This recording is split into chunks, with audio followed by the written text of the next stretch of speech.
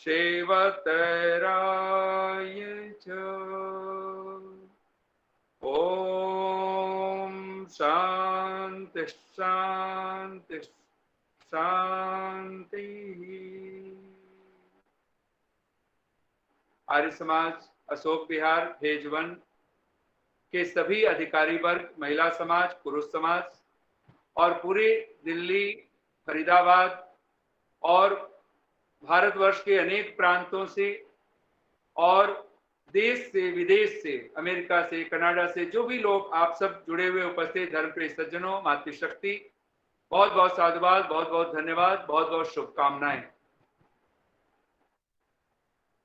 हम लोग आज इस वैशाख मास की पावन पूर्णिमा के इस पावन पर्व पर जहां पूरी श्रद्धा के साथ हमने यजन किया है, पूजन किया है, भगवान का स्मरण किया है और महर्षि देवदयानंद तो यज्ञ के सारे मंत्रों के अर्थ ईश्वर परक ही किए हैं।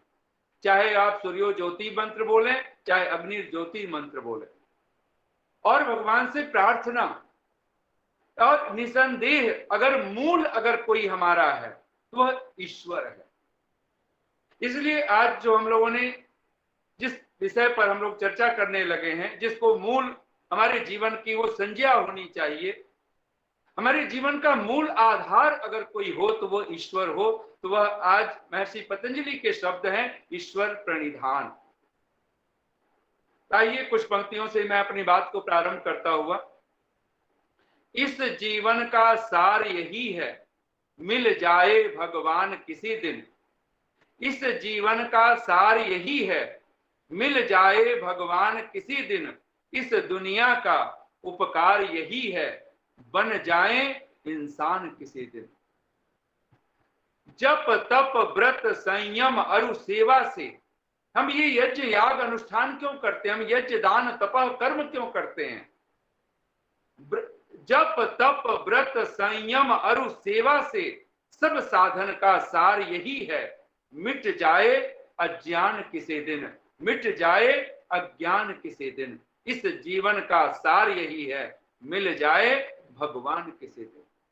सुख संपत्ति यदि मिल भी जाए, कब किसके यह संग में जाए। एक बार तो विचार करने की जरूरत है। ये हमारे अंतःकरण से ये विचार उठे, हमारे भावनाओं से उठे, हमारे हृदय से उठे, केवल दिमाग से, केवल मस्तिष्क से, केवल खोपड़ी से बात उठ के रह ना जाए। सुख संपत्ति यदि मिल भी जाए, जो कुछ भी हमें मिला है ये सुख संपत्ति, एक बार विचार तो करें।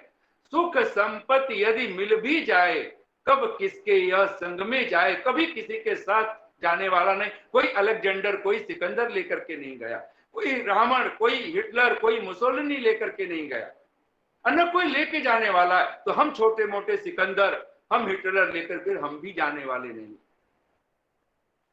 सुख संपत्ति यदि मिल भी जाए, कब किसके यह संग में जाए।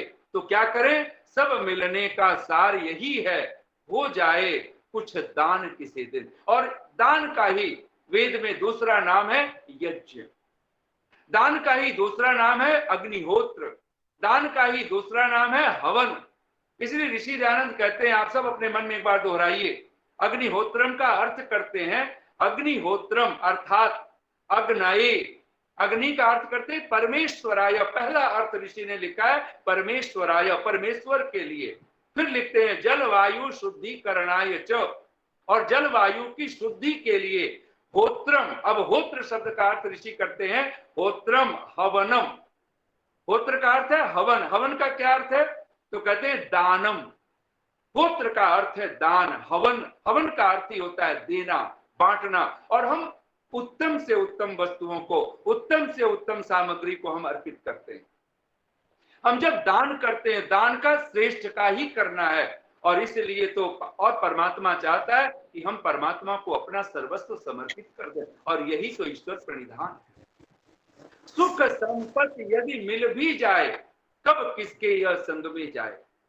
कभी किसी के साथ कोई लेके जाने वाला, सब यहीं पर रह जाएगा, जड़ वस्तुएं यहीं पे रह जाएंगी, और चेतना पता नहीं कहां। हम शायद कभी उसको पहचान पाए। इसलिए तो कहा, चिंतक कहते हैं, इससे पहले कि आंख मुद जाए, आंख बंद हो जाए, हमें चाहिए जीते जी आंख हमारी खुल जानी चाहिए, हमारी आंख खुल जाए। अगर आंख खुल गई, प्रतिविज्ञा हो जाए एक बार कि संसार में जो कुछ भी हमें धन, चाहे इनर वेल्थ है चाहे आउटर वेल्थ है, हमारे पास जो भी धन संपदा है, जो कि सब सर्वम इदम विश्वस्मिन्, सब कुछ परमात्मा का, ईश्वरस्य एव। ऋषि ने अनेक जगह अपने यजुर्वेद के भाष्यों को पढ़े, इस संसार में जो कुछ भी धन संपदा है वो सब ईश्वर का ही तो है।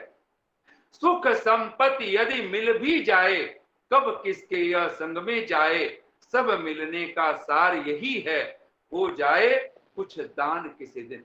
इसलिए जितना कमाए शत हस्त समाहर, तो सहस्र हस्त संकिर। अगर 100 गुना अगर हमारा कमाना हो तो कहते हैं 1000 गुना हमारा बांटना हो, हमारा देना हो।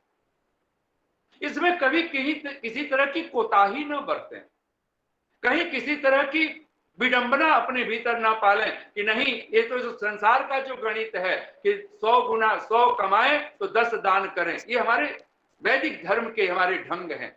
कम से कम दशांश दान करें। लेकिन सच तो ये है, भीतर आत्मा में ये बिठा के बैठो कि जीवन में अगर 100 कमाएं तो कहीं 900 भी हमारे पास और इकट्ठा हो जाए और वो 1000 गुना होकर के हम बांटने वाले बने। और कम से कम तन से बांट पाए कि न बांट पाए, मन से तो बांटिए, मन से तो उलीचिए।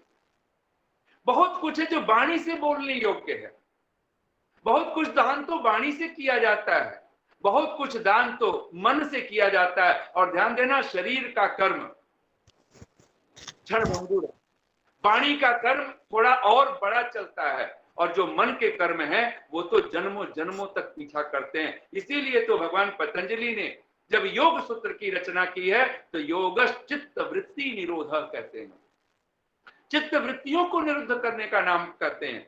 हम तन से व्यापार नहीं रोकना है, चित्त के व्यापार को रोकना है। और चित्त के 3 ही तरह के व्यापार हैं, राग द्वेष मोह। एताश्च वृत्तयः राग द्वेष मोहात्मिका।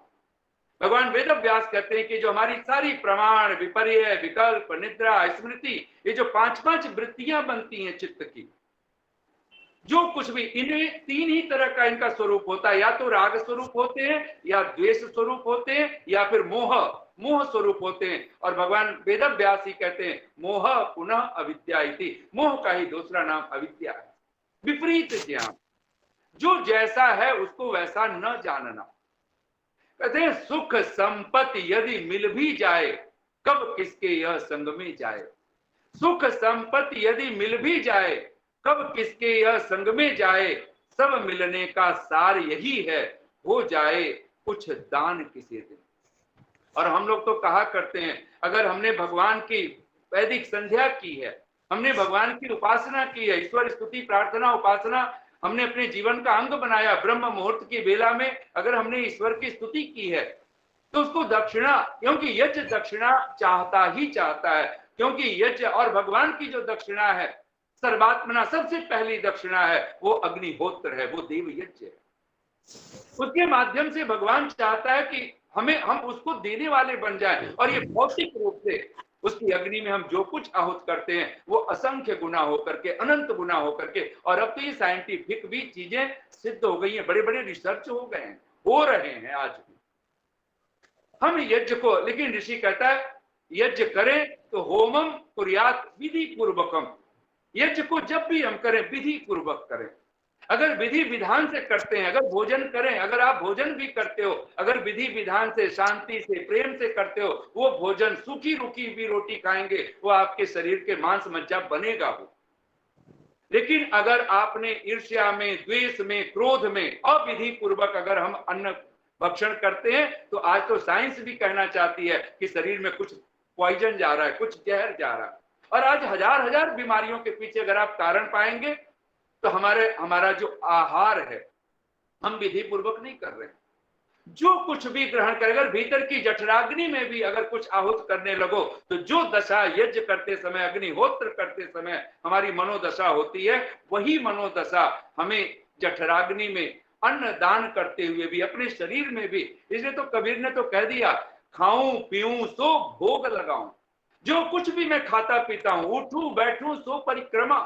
हम यज्ञ की दक्षिणा प्रदक्षिणा करते हैं, कहते हैं उठूं बैठूं, एक बार अगर भीतर आप अंतस्थल में उस जगह पे जाके बैठ जाएं हम, तब ऋषि कहता है, तब कभी भी कहना चाहता है, सुख संपत्ति यदि मिल भी जाए कब किसके यह संग में जाए, सब मिलने का सार यही है, हो जाए कुछ दान किसी दिन, प्रभु नाम तो हिय में धर लो।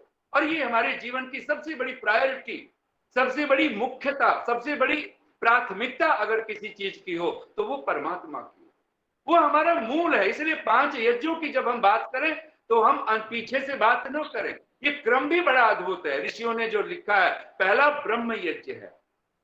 मुझे सुन रहा था मैं, हरीश जी को बहुत अच्छा लगा, उस स्वाध्याय को बहुत महत्व दिया।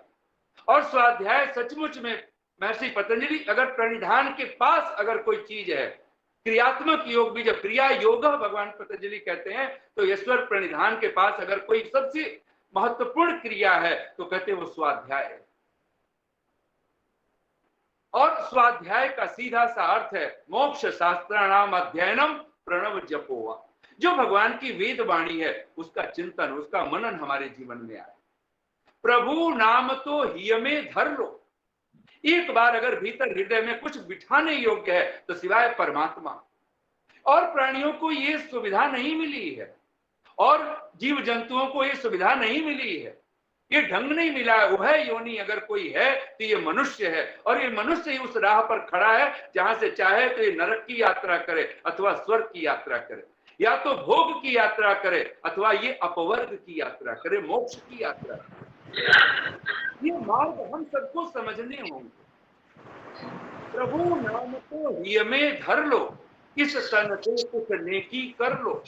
भगवान कभी कहता है, बहुत प्यारे शब्द हैं, प्रभु नाम तो हिय में धर लो। इस हृदय में अगर कुछ सचमुच में नाम स्मरण करने योग्य है तो ओम क्रतु स्मर, हे क्रतु, हे कर्म करने वाले जीव। ऋषि दयानंद भाष्य करते हैं, हे कर्म करने वाले जीव, तू अपने भीतर अगर मन में, हृदय में अगर सचमुच में किसी का नाम स्मरण करने योग्य है, वह ओंकार।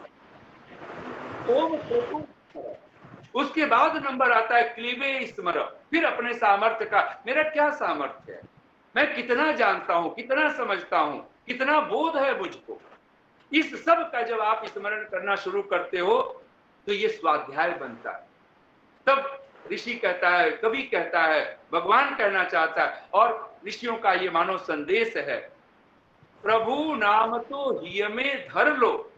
भगवान को कहां बिठाएं? खोपड़ी में बिठाइए, बाद में खोपड़ी में अपने आप बैठ जाएगा। उसको हृदय में, जो चीजें हृदय में बैठी होती हैं, ध्यान देना, वो मस्तिष्क में बैठी ही रहती हैं। हमारे पुत्र, हमारी पत्नी, हमारे पति, हमारे जो स्वजन परिजन है, वो कहाँ बैठे होते हैं आपको पता है? वो बाहर नहीं है, वो हमारे हृदय में है। तो दिल दिमाग में भी छाए रहते हैं। भगवान को दिमाग में मत बिठाइए, भगवान को तथाकथित साइंस की भाषा में मत सोचिए। भगवान को अगर सोचना है तो भगवान को हृदय की भाषा में सोचिए, भगवान को भाव की भाषा में सोचिए। और एक बार भीतर, इसी को तत्व ज्ञान कहा है। जब आपको ज्ञान होता है, हम लोग आज ज्ञान जब बोलते हैं तो प्रायः जो, जिसको आज विज्ञान भी कहा जा रहा है, भौतिक साइंस, वो दिमाग से जानने वाली चीज। लेकिन जब तत्व ज्ञान होता है, जो चीज आपके हृदय में बैठ जाए।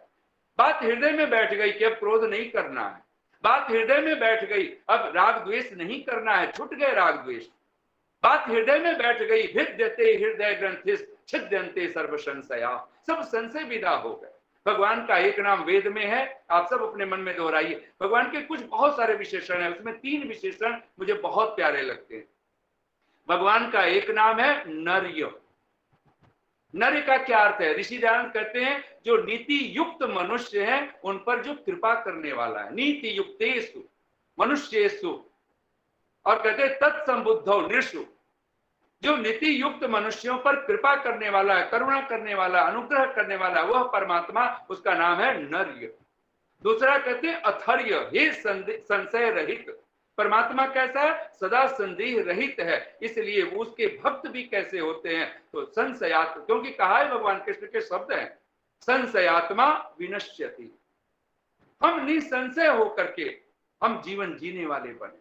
भगवान कैसा है? अथर्य, वो संदेह रहित है, वो संशय रहित है। हम भी संशय रहित होते हुए चले। कहते हैं ना, तू ही तेरा प्रश्न, तू ही तेरा उत्तर। हम लोग जब प्रश्न शंकाएं बनाते हैं, जब शंका का समाधान ढूंढते रहते हैं, तो क्या होता है? तू ही तेरा प्रश्न, तू ही तेरा उत्तर, शेष रही अब क्या जिज्ञासा, अधरों से उलझा मत भाषा। अधर कहते हैं ओठों को। शेष रही अब क्या जिज्ञासा, अधरों से उलझा मत भाषा। तू ही स्वयं पुजारी, तू ही प्रतिमा का पत्थर, तू ही स्वयं पुजारी, तू ही प्रतिमा का पत्थर। दुग्ध फिरे नवनीत ढूंढता। दूध में खटास पड़ जाए तो नवनीत कहते हैं मक्खन को, फिर उसमें से मक्खन नहीं निकाल सकते, नवनीत नहीं निकाल सकते। दुग्ध फिरे नवनीत ढूंढता, क्या यह मूढ़ प्रयास न खलता। ध्यान देना, अगर हमारे चिंतन में, हमारे मनन में, हमारे ध्यान में, हमारे विचारों में अगर राग द्वेष की खटास पड़ जाती है तो फिर उसमें से कोई प्रेम की, कोई सत्य प्रार्थना स्तुति की, कोई मक्खन नवनीत नहीं निकला करता। तू ही तेरा प्रश्न, तू ही तेरा उत्तर, शेष रही अब क्या जिज्ञासा, अधरों से उलझा मत भाषा। तू ही स्वयं पुजारी, तू ही प्रतिमा का पत्थर, दुग्ध फिरे नवनीत ढूंढता, क्या यह मूढ़ प्रयास न खलता। सागर का प्रतिरोम कह रहा, मंथन कर, मंथन कर, नवनीत तुम में छिपा है। वह जो नवनीत है, वो जो प्रेम चाहिए, प्रेम कहां से लाएंगे? वो आपके हृदय में से उठना चाहिए। आपकी जो नीयत, जिसको हम लोग एक भाषा कहते हैं, ऋषि दयानंद उसको कहते हैं सत्य भावीन। हम जब ईश्वर की स्तुति करें, प्रार्थना करें, उपासना करें तो कैसे करें? तो कहते हैं सत्य भावीन। इसका अर्थ है सच्ची नीयत। हमारे मन में क्या है, ये बड़ा महत्वपूर्ण है, और इसको कोई और जाने कि न जाने, लेकिन परमात्मा हर क्षण देख रहा है, हर पल सुन रहा है, हर पल जान रहा है। तब बहुत प्यारे शब्द हैं, प्रभु नाम तो हिय में धर लो। भगवान को अपने हृदय में हम बिठाएं। इसलिए तो भगवान वेदव्यास कहते हैं कि कुछ लोग कहते हैं केचिद वदंति धनहीन जनो जघन्य। कुछ लोग कहते हैं इस धरती पर जिनके पास ये आउटर वेल्थ नहीं है, धनहीन है, वे इस धरती पर अधम है, जघन्य है। कहते हैं केचिद वदंति गुणहीन जनो जघन्य। कुछ लोग कहते हैं नहीं, जिनके पास कोई गुण नहीं है, कोई हुनर नहीं है, कोई कला नहीं है, कोई आर्ट नहीं है जिनके जीवन में, वे लोग इस धरती पर जघन्य हैं। कहते हैं व्यासो वदति अखिल शास्त्र गिराम प्रणेता, नारायण स्मरण हीन जनो जघन्य। जिस व्यक्ति के जीवन धनहीन होने से कोई अधम नहीं होता, गुणहीन होने से भी कोई अधम नहीं होता है। असली अधम तो तब होता है जब व्यक्ति उसको ही भूल जाए जिसके कारण हमें ये जीवन मिला है। हम इस संसार के माता पिता को माता पिता कहते नहीं थकते, नहीं थकना चाहिए, लेकिन एक बार सोचे तो असली माता पिता कौन है? तुम हिना पिता वसो, तुम माता शतक्रतो बभूविथ, अधाते सुमनम इमहे। उसी से हम सुमन की कामना करते हैं, उसी से सुख की कामना करते हैं, उसी से शांति की कामना करते हैं। और ये ईश्वर प्रणिधान, अब एक बार आप आइए इसको पुनः दोहरा लीजिए। प्रभु नाम तो हिय में धर लो, इस तन से कुछ नेकी कर लो। और नेकी क्या करना है? नेकी नाम ही यज्ञ कर्म का है। अगर भगवान कृष्ण के शब्द में बोलें तो आप सब एक बार अपने मन में दोहराइए, यज्ञ दान तपः कर्म, यज्ञो दानम तपश्चय। ये तीन कर्म है, यज्ञ दान और तप। कहते हैं न त्याज्यम कार्यम एव तत्। तीन कर्म कभी किसी मनुष्य को नहीं त्यागने योग्य है, और वो पहला है यज्ञ, दूसरा है दान, तीसरा है तप। और जब भगवान पतंजलि जब अपनी क्रिया योग की बात करते हैं, हम क्रियात्मक योग की तरफ, भगवान की समाधि की तरफ, तदा द्रष्टु स्वरूपे अवस्थानम, अपने स्वरूप को आत्म स्वरूप में उपस्थित होना चाहते हैं तो क्या करें? तो कहते हैं तपह। वहां भी भगवान पतंजलि पहला सूत्र गिनाते हैं, तपह, तप कीजिए, स्वाध्याय, स्वाध्याय कीजिए, और कहते हैं ईश्वर प्रणिधानानि। और ईश्वर प्रणिधान, ये ईश्वर प्रणिधान के मूल में आपको दो चीजें मिलेंगी, कम से कम तप और स्वाध्याय। लेकिन मैं इतने पे ही हम लोग न रुकें। भगवान पतंजलि जब योग के, अष्टांग योग के दो नियम जो प्रारंभ है, जो मूल हैं, जो बुनियाद हैं, कोई भी योग के मार्ग पर चलना चाहता है, कोई समाधि को उपलब्ध होना चाहता है तो क्या करे? वो सबसे पहले, इसलिए ईश्वर प्रणिधान अगर आप चाहते हो आपके जीवन का अंग बने, ईश्वर हमारे जीवन की प्रायोरिटी बन जाए। और मैं एक साधु को सुनता था, साधु से एक बार शिष्यों ने पूछ लिया, उनके बहुत सारे शिष्य थे, तो गुरु से एक बार हाथ जोड़ करके सारे शिष्यों ने कहा कि महाराज हमारे जीवन में इतना दुख क्यों है? तो साधु ने कहा मैं शास्त्र की बात कहूं या अनुभव की बात कहूं?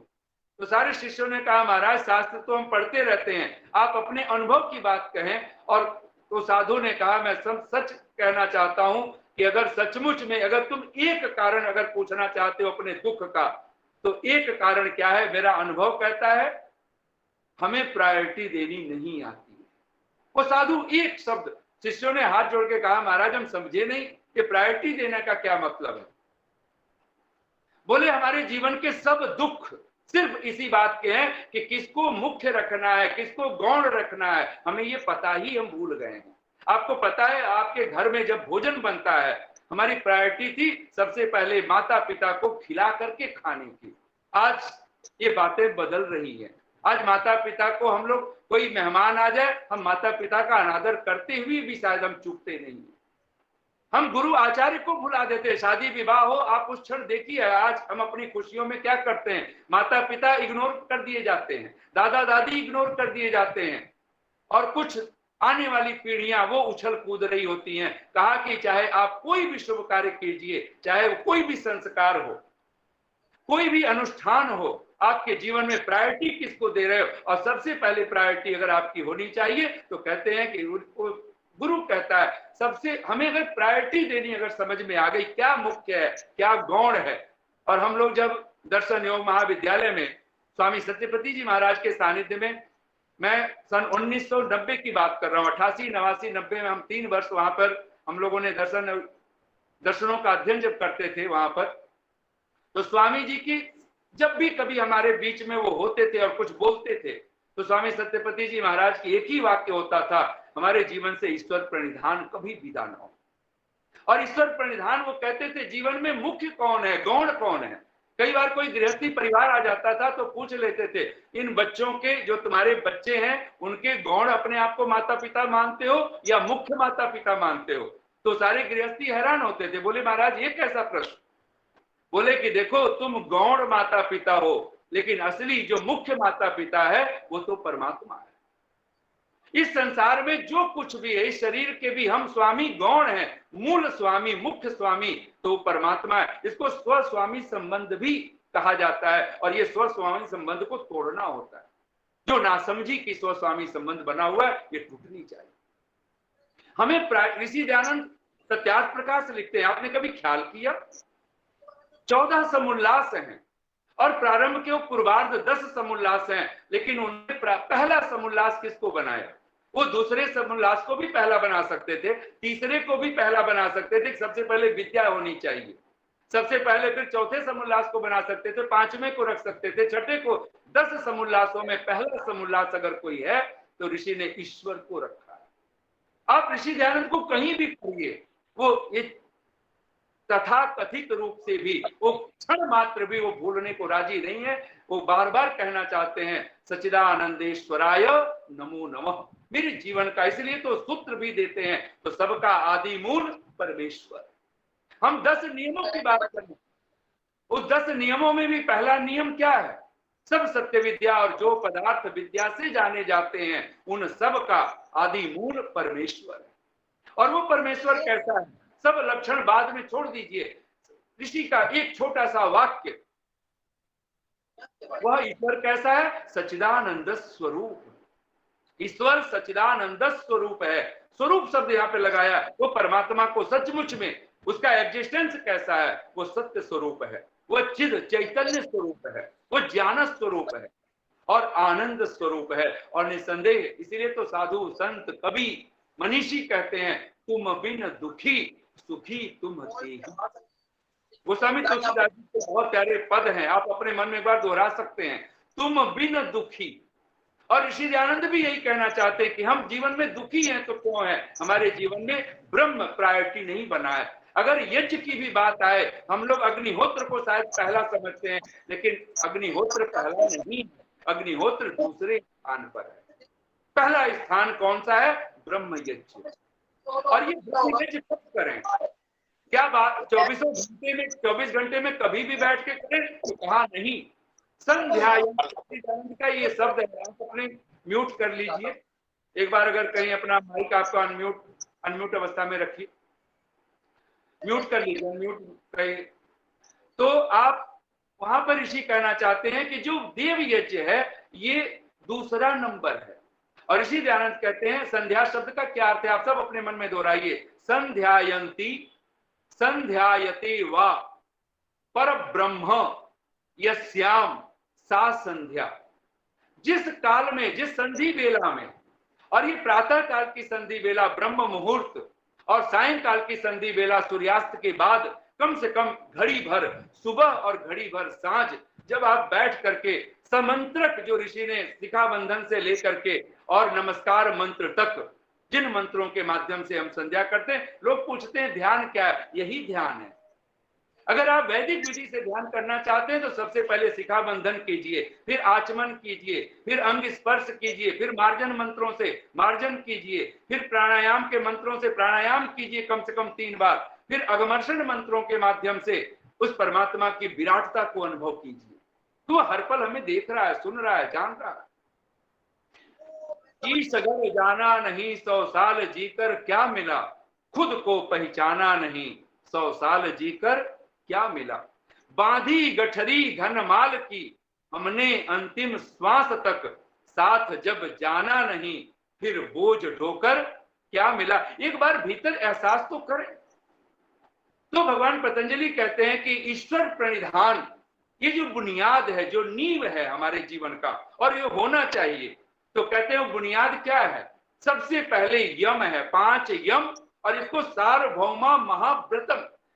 भगवान वेद व्यास जब इसका भाष्य करते हैं तो इन 5 यम का दूसरा नाम दिया है महाव्रत। हम लोग व्रतों की बात करते हैं। आपके जीवन में सचमुच में व्रती बनना है तो आपके जीवन में अगर यम नियम अगर आपके जीवन में प्रतिष्ठित होते हैं, आप सबसे बड़े व्रती बनते हैं। तुम बिन दुखी सुखी तुम ते ही, जिसने परमात्मा को प्रायोरिटी दे दिया। और स्वामी सत्यपति जी महाराज कहते थे ईश्वर प्रणिधान। हर पल 24 संध्या आपको ब्रह्म मुहूर्त में करनी है। संध्या आपको सायंकाल, और संध्या शब्द केवल सांझ को नहीं कहा जाता है जो सूर्यास्त का समय है, सुबह की संधि बेला जिसको प्रातः काल, जिसको हम लोग कहते हैं प्रातः जब बिस्तर छोड़ते हैं तो प्रातः अग्निम प्रातः इंद्रम कहकर के उस परमात्मा को उसकी वंदना करते हैं। वही परमात्मा जब स्नान आदि करके आदव शुद्धि कार्य शुद्ध स्नान आदि, फिर आप मनसा परिक्रमा मंत्रों के माध्यम से सभी दिशाओं में उसी का अनुभव करें। प्राची में वही तो अग्नि बनकर के ज्ञान स्वरूप परमात्मा, वही तो रक्षिता, वही असित बंधन रहित है, निर्बंध है, तो हमें भी बंधन मुक्त कर सकता है। ज्ञान स्वरूप द्वार पर तेरे भर माया सा फिरता हूं। भक्त एक बार विभूचन में कह पड़ा, हे प्रभु, हे परमात्मन, तुम तो अग्नि स्वरूप हो, तुम तो ज्ञान स्वरूप हो। ज्ञान स्वरूप द्वार पर तेरे भर माया सा फिरता हूं, माया ब्रह्म दो ही तो है, किसका उकसाया सा फिरता हूं। ये 3 सत्ता, ये त्रैतवाद, एक माया है, ये प्रकृति है जो जड़ है, सत्व रजस तम साम साम्यावस्था प्रकृति। ये माया ये तो जड़ है, और ब्रह्म आप ज्ञान स्वरूप हैं, और मैं जीव। कौन मुझे उकसा रहा है, कौन मुझे ये भटका रहा है, कौन मुझे भ्रम में डाले हुए। ज्ञान स्वरूप द्वार पर तेरे भर माया सा फिरता हूं, माया ब्रह्म दो ही तो हैं, किसका उकसाया सा फिरता हूं। फिर वो कह उठता है और मानो नाच उठता है वो कवि, और कहता है अपनी मूढ़ता पर, अपने नासमझी पर हंस पड़ता है और कहता है हर बंधन में फंद कहीं मैं स्वयं लगाया सा फिरता हूं। ये बंधन न माया ने डाला है, ये बंधन न परमात्मा ने डाला है। सच तो ये है, ये बंधन, ये फंदा हमने ही लगा रखा है अपने ही। जैसे मकड़ी अपने ही मकड़ जाल में उलझ करके मर जाती है, ये हम भी मकड़ी की तरह ही, हम भी अपना जाला खुद बुनते हैं और उस जाले में खुद उलझ जाते हैं। कब होश जगेगा कि कब हम अपने जीवन की प्रायोरिटी कब। और ऋषि दयानंद एक बार यजमान शब्द का अर्थ कर लीजिए। यजुर्वेद का पहला मंत्र ईशे त्वर्जे, जिसको स्वस्ति वाचन के मंत्रों में भी उस मंत्र को ऋषि ने स्मरण किया है। यजमानस्य पशून पाहि, जब इसका भाष्य करते हैं ऋषि तो यज्ञ का, यजमानस्य का क्या अर्थ करते हैं आप वहां पढ़िए, एक बार अपने मन में दोहराइए भी। ऋषि लिखते हैं यह माने जो मनुष्य, जो स्त्री पुरुष, यह परमेश्वरम, यजमानस्य का अर्थ करते हैं, यजमानस्य अर्थात यह परमेश्वरम सर्वोपकारम धर्मम च यजति, यजति का अर्थ है वही देव पूजा, संगतिकरण और दान। सबसे पहला यजमान कौन कहलाएगा? जो परमेश्वर की का यजन करता हो, परमेश्वर का अर्चन करता हो, पूजन करता हो। पूजनम नाम सत्कार हो। तो जो ईश्वर की सबसे पहले ऋषि ने भी प्रायोरिटी दी यजमान का, तो पहला शब्द रखते हैं परमेश्वरम, दूसरा कहते हैं सर्वोपकारम धर्मम च। धर्म का लोग अर्थ पूछते पूछते थकते नहीं है, धर्म ये है, धर्म वो है। ऋषि कहते हैं धर्म का एक ही अर्थ है जो सर्वोपकार करने वाला। धर्म अगर आपके जीवन में होगा, आप परोपकारी बन जाएंगे। जो ईश्वर की उपासना करता है, आप जान के हैरान होंगे, उससे बड़ा देशभक्ति करने वाला, उससे बड़ा समाज की सेवा करने वाला, उससे बड़ा परिवार के लिए अपना सर्वस्व न्यौछावर करने वाला इस धरती पर, और धरती की रक्षा करने वाला भी इस धरती पर कोई दूसरा नहीं हो सकता। इसलिए तो ऋषि का ये वाक्य आप सब अपने स्वर्णिम अक्षरों में लिखने योग्य है। सत्यार्थ प्रकाश के 7वें समुल्लास में ऋषि का वचन है, आप सब एक बार बोलिए। जो परमेश्वर की, जो माने जो मनुष्य, जो स्त्री पुरुष, जो परमेश्वर की स्तुति, प्रार्थना और उपासना नहीं करता, कहते हैं वह कृतघ्न और महामूर्ख भी होता है। आज जो देश में, समाज में, राष्ट्र में, विश्व भर में ये जो आतंक है, दुख है, पीड़ा है, इसके पीछे अगर आप कारण देखेंगे तो कारण एक ही है, हमारे जीवन में परमात्मा नहीं। हमने तो मूल को ही गायब कर रखा है। पथिक जी की बहुत प्यारी पंक्ति है, सत्यपाल पथिक नहीं रहे हमारे बीच में, और महर्षि दयानंद को समर्पित करते हैं वो कुछ पंक्तियां। तो क्या कहते हैं? वह घर से निकलकर किधर को गया था, वह घर से निकलकर किधर को गया था, महादेव खोजा या खुद खो गया था। ईश्वर प्रणिधान कौन करेगा? प्रणिधान कहते हैं समर्पण को, ईश्वर को अपना सर्वस्व, और उसको कैसा मान करके? तो परम गुरु मान करके। इसलिए तो 3 गुरु हैं हमारे, 3 आचार्य हैं, एक माता, दूसरा पिता और तीसरा आचार्य, जिससे हम विद्या का, शिक्षा का ग्रहण करते हैं। और इसीलिए तो ऋषि ने ईश्वर के बाद दूसरा स्थान दूसरे समुल्लास में दिया। आप सब एक बार दोहरा दीजिए उसको भी। मातृमान, पितृमान, आचार्यवान, पुरुषो वेद। ये और ऋषि इसका भाष्य करते हैं। जब वस्तुतः 3 उत्तम शिक्षक, 3 की बात की है, ऋषि दयानंद ने गुरु बना लिया, हमारा भी उद्धार हो जाएगा, नहीं होने वाला है। ऋषि ही कहता है जब वस्तुतः 3 उत्तम शिक्षक, एक माता, दूसरा पिता और तीसरा आचार्य होवे, तभी मनुष्य ज्ञानवान होता है। उस परमात्मा को अपना सर्वस्व समर्पित करने वाले बने। कब समर्पण कर पाएंगे? कब उसको अपना सर्वस्व सौंप देंगे? तब हमें ये भाव हमारे मस्तिष्क में बैठे रहना चाहिए। ज्ञान स्वरूप द्वार पर तेरे, हर माया सा फिरता हूं, माया ब्रह्म दो ही तो हैं, किसका उकसाया सा फिरता हूं, हर बंधन में फंद कहीं मैं स्वयं लगाया सा फिरता हूं। तब हमें एहसास आ जाए कि हर बंधन में फंदा अगर हमने डाला है, हमने खुद डाला है। इसलिए जब यम नियम, ये 2 मूल हैं, ये महाव्रत हैं। ये 5 जो यम है, अहिंसा, यानी अहिंसा से शुरुआत करनी होगी। अहिंसा, सत्य, अस्तेय, ब्रह्मचर्य, अपरिग्रह। और ये यम में अहिंसा अगर सचमुच में प्रतिष्ठित होती जाए तो हम अपरिग्रही हो जाएंगे। हम संसार के जो व्यर्थ की चीजें हैं उनसे हम बच जाएंगे, व्यर्थ के वस्तुओं से, व्यर्थ के व्यक्तियों से, व्यर्थ के विचारों से।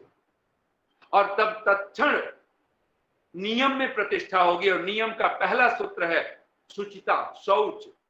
तब उसमें भी 5 हैं, और इन्हीं 5 नियमों में से ही तो महर्षि पतंजलि 3 को लेकर के क्रिया योग कह देते हैं कि कौन अहिंसा पे। अगर कोई कहे जी हम अहिंसा की साधना कर रहे हैं, बोले कैसे करोगे? तो उन्होंने कहा 3 से तुम जुड़ो और तुम यम नियम पे आ जाओगे। सबसे पहले तप कीजिए। अब तप कैसा हो? हमारा तप सात्विक हो। इसलिए तप की क्या परिभाषा है? तपो द्वंद्व सहनम। जो द्वंद्व है, सुख दुख है, जीवन मृत्यु है, हानि लाभ है, और ये कौन सहन कर पाएगा? जिसके जीवन का लक्ष्य परमात्मा, जो जानता है कि मैं उस मूल से कभी अलग न हूं। और तब ऋषि भी कहना चाहता है, और तप आपके जीवन में आएगा तो ध्यान देना, तप आपको क्या करेगा, स्वाध्यायशील बनाएगा। अगर तप, ये मैं शब्द कहना चाहता हूं, एक एक शब्द जो क्रम बना हुआ है, ये क्रम वैसे ही चलेंगे। अगर आपके जीवन में अहिंसा होगी, अहिंसा की कसौटी यही होगी, आप सत्य से जीवन आपका युक्त हो जाएगा। और सत्य का सीधा सा अर्थ कीजिए, यज्ञ की प्रार्थना, छोड़ दे में छल कपट को। जब आपके जीवन से, आपके मन से, आपकी वाणी से, आपके आचरण से छल कपट छूटने लग जाए तो समझना आपके जीवन में अहिंसा आ गया है, सत्य आ चुका है। मैं एक साधु को सुनता था। एक साधु ट्रेन की यात्रा करते थे। हम लोग कई बार कहते हैं संसार में हम भोले बन जाएं, कोई हमें लूट लेगा। ध्यान देना, भोला बनेंगे तभी आप समर्पण कर पाएंगे, तभी आप प्रणिधान कर पाएंगे, अन्यथा नहीं कर पाएंगे। छल कपट रहित हुए बिना, निर्मल मन वाला हुए बिना, गोस्वामी तुलसीदास जी राम जी से कहलवाते हैं, निर्मल मन जन सो मोहि पावा। भगवान को कौन प्राप्त करता है, तो कहते हैं जिसका मन निर्मल हो गया। निर्मल मन जन सो मोहि पावा, मोहि कपट छल छिद्र न भावा। मुझे कपट छल प्रिय नहीं है। तो कहते हैं वो साधु के पास में एक भिखारी प्लेटफॉर्म पे ही आ गया। ट्रेन रुकती थी, काफी देर तक ट्रेन रुकनी थी। तो वहां एक साधु कंपार्टमेंट में, जो अपने जो कोच में बैठे हुए ट्रेन के डब्बे में, एक भिखारी आया और उसने कहा, बाबूजी मुझे 2 रुपए दे दीजिए और मैं फला फला मुसीबत में। उस साधु ने कहा, मुसीबत तुम मत सुनाओ, तुम बताओ मैं तुम्हारे लिए। पहले वो अपनी मुसीबत सुनाने लगा था वो भिखारी, कि बाबूजी मेरे साथ ये हो गया, वैसा हो गया, मैं बहुत दुखी हूं। उसने कहा तुम मुसीबत मत सुनाओ, बताओ मैं तुम्हारे लिए क्या कर सकता हूं। उसने कहा नहीं बाबूजी, पहले मेरी मुसीबत तो सुन ले। उसने कहा नहीं, तुम बताओ मैं तुम्हारे लिए क्या कर सकता हूँ, और ये बहुत पुरानी बात है। तो कहा कि 2 रुपए मुझे चाहिए। कहते हैं उस आदमी ने तत्क्षण जेब से 2 रुपए निकाले और उस भिखारी को पकड़ा दिया। वो बहुत चक्का रह गया, क्योंकि ऐसा कभी होता नहीं था कि कोई आदमी बिना मुसीबत सुने उसको 2 रुपए पकड़ा दिया हो। और वो लेके चला गया। थोड़ी देर में उसको ख्याल आया कि ऐसा कैसे हो सकता है, तो उसने वेशभूषा अपनी थोड़ी सी बदल ली, कुछ पगड़ी उगड़ी लगा लिया, कुछ अपने चेहरे को कुछ थोड़ा सा ढक लिया, और ढक करके फिर दोबारा आता है और उसने कहा बाबूजी मेरी मुसीबत है, मैं इस मुसीबत में। उसने कहा कि मुसीबत की बात छोड़ो, तुम ये बताओ मैं तुम्हारे लिए क्या कर सकता हूं। उसने कहा बाबूजी पहले आप मुसीबत तो सुन लें। उसने कहा नहीं, मुसीबत नहीं सुनना, अपना भी समय खराब करोगे, मेरा भी समय खराब करोगे, तुम बताओ मैं तुम्हारे लिए क्या कर सकता हूं। तो उसका लालच बढ़ चुका था, वो वही आदमी था, दोबारा वेशभूषा रख करके आके तो कहता है बाबूजी 5 रुपए चाहिए। तो कहते हैं उस आदमी ने तत्क्षण अपने पर्स में से, अपने जो बैग था उसके, उसमें से फिर निकाला और 5 रुपए फिर पकड़ा दिए। वो आदमी हैरान रह गया, वो भिखारी वो चौंक पड़ा। उसने कहा, मैं बाबूजी हाथ जोड़ करके कहता है, बाबूजी क्या आप सचमुच में ऐसे ही हैं? आप किसी को ऐसे उसके आप पूरा सुनते नहीं हैं क्या? आप मुझे पहचान नहीं रहे हो? मैं वही हूं। तो कहते हैं वो साधु मुस्कुरा पड़ा। वो साधु से मेरा मतलब है सज्जन व्यक्ति से। तो सज्जन वो साधु मुस्कुरा पड़े, हंस पड़े। उसने कहा मैंने पहचान लिया था, जब तुम पहली बार आए थे मैंने तुम्हें 2 रुपए दिए, तुम दूसरी बार आए हो तो मुझे लगा शायद 2 रुपए से बात बनी नहीं और शायद तुम्हें कुछ ज्यादा चाहिए, तो लो 5 रुपए देता हूं। तुमने 5 मांगे, मैंने 5 दे दिए। उसने कहा बाबूजी मैं आज से ये धंधा ही छोड़ता हूं। आप जैसे ऐसे निश्चल व्यक्ति से, ऐसे भोले व्यक्ति से मैं कैसे छल कपट कर सकता हूं? और मैं छल कपट करता रहा। आज से ये भिक्षा पात्र मैं छोड़ता हूं, आज से मैं श्रम का काम करूंगा और मैं आप जैसे लोगों के सामने मैं ये ठगी का खेल नहीं खेल सकता। तब तो कभी कहता है ना, मैं आईना हूं, आईना ही रहूंगा। फिक्र वो करें जिनके शक्ल पर कुछ और है, दिल में कुछ और है। और ऋषि कहता है कि जिनके वाणी में कुछ है, मन में कुछ है, आत्मा में कुछ है, वही लोग तो असुर हैं, वही तो पिशाच हैं। ते एव दुष्टा राक्षसा असुरा पिशाचा करके ऋषि ने पुकारा है। तो निसंदेह घड़ी पे नजर आ रही, मैं अपनी वाणी को बहुत सारा समेटता हुआ एक बात कभी मस्तिष्क में बिठा लीजिए, कोई हमें ठगे तो ठगे, हम किसी को नहीं, हमें नहीं ठगना। इस संसार में क्या कोई ठग लेगा? कौन कोई धोखा दे लेगा? कोई 2-4 रुपए फालतू ले लेगा, क्या ले लेगा? लेकिन इस संसार में बांटना सीखिए, देना सीखिए, लुटाना सीखिए। और एक दक्षिण भारत के ही संत हो गए, संत तिरुवल्लुवर, और वो कहा करते थे, जब कोई भिखारी, कोई भिक्षुक तुम्हारे दरवाजे पर आए तो होते हुए देना जरूर, क्योंकि वो कहने आया है, वो तुम्हें भीख नहीं मांग रहा है, वो तुम्हें एक सचेत करने आया, सावधान करने आया है। और वो कहने आया है कि भाई मैंने कभी होते हुए नहीं दिया था, तो उस मालिक ने कटोरा हाथ में फैला दिया है, और पता नहीं उस मालिक की कारसाजी का कब इस हाथ का कटोरा उस हाथ में कर दे। कभी भी विचार, कभी घमंड न हो। ये समर्पण किसके जीवन में होगा? अभी अंतिम पंक्तियां में कहता हुआ, कौन प्रणिधान कर सकेगा? कौन ईश्वर को समर्पित कर पाएगा? कौन सर्वात्मना अपने आप को कह पाएगा कि मैं तेरा हूं? यो जागार तम ऋचः कामयन्ते, यो जागार तम सामान्यन्ति, यो जागार तमयम सोम आह तवाहमस्मि सखी न्योका। तू मेरे ओक में है, तू मेरे निवास में है। कब कह पाएंगे सोमरारंधि नो हृदय, हे परमेश्वर, हे सौम्य परमेश्वर, तू मेरे हृदय में आकर के रमण कर। कब कह पाएंगे? कब उसको ब्रह्म यज्ञ को हम यज्ञ बना पाएंगे? और ब्रह्म यज्ञ करके कब हम अग्निहोत्र वाले बनेंगे? कब पितृ यज्ञ वाले बनेंगे? और निसंदेह ये सारा लक्षण घटता है जब हमें प्रायोरिटी देनी आती है, हमें मुख्यता देनी आती है, हमें गौण मुख्य की पहचान हो, हम मूल बनाएं अपने परमात्मा को। और प्रणिधान का सीधा सीधा अर्थ है उस परम गुरु को अपना सर्वस्व समर्पित करना। और ऋषि दयानंद अनेक जगह पर लिखते हैं, समस्त उत्तम कर्मों को, उत्तम कामों को हम परमात्मा को समर्पित करें। तब ये पंक्तियां कहता हुआ, और इसको अपने चूंकि समय तो ऐसा लगता है कि इतना बोल रहा हूं, तो मैंने अभी भूमिका बनाई है और अभी बात प्रारंभ करनी थी। तो एक चीज याद रखिए, ईश्वर प्रणिधान अगर सचमुच में करना चाहते हैं तो पहला तप कीजिए। और तप की पहचान है, तप सुख प्रद दुख दोष नसावा। जो तप है वो आपका सुखप्रद होता है, सुख देने वाला होता है, और दुख दोष को नष्ट करने वाला है। वो तपो द्वंद्व सहनम, वह आपका द्वंद्व सहन करना। और तप की कसौटी है आप स्वाध्यायशील बन जाएंगे, आप वेद शास्त्रों से, ऋषियों की वाणी से आप जुड़ने लग जाएंगे।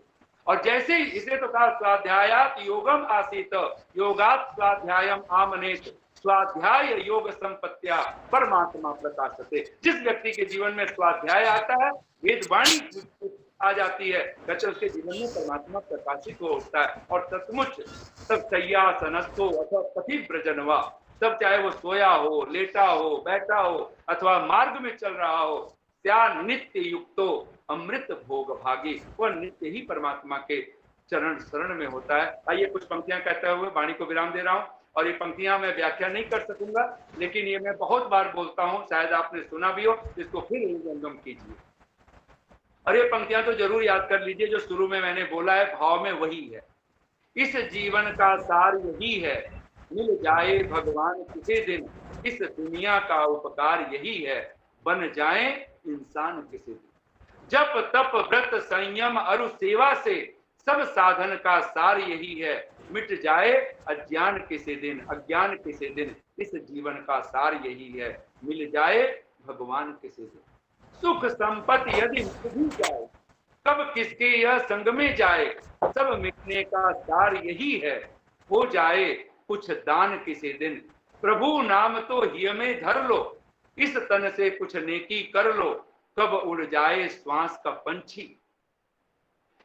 प्रभु नाम तो हिय में धर लो, इस तन से कुछ नेकी कर लो, कब उड़ जाए श्वास का पंछी, बन जाए शमशान किसी दिन, इस जीवन का सार यही है, मिल जाए भगवान किसी दिन। और निसंदेह ये पंक्तियां हमारे जीवन का आधार बने।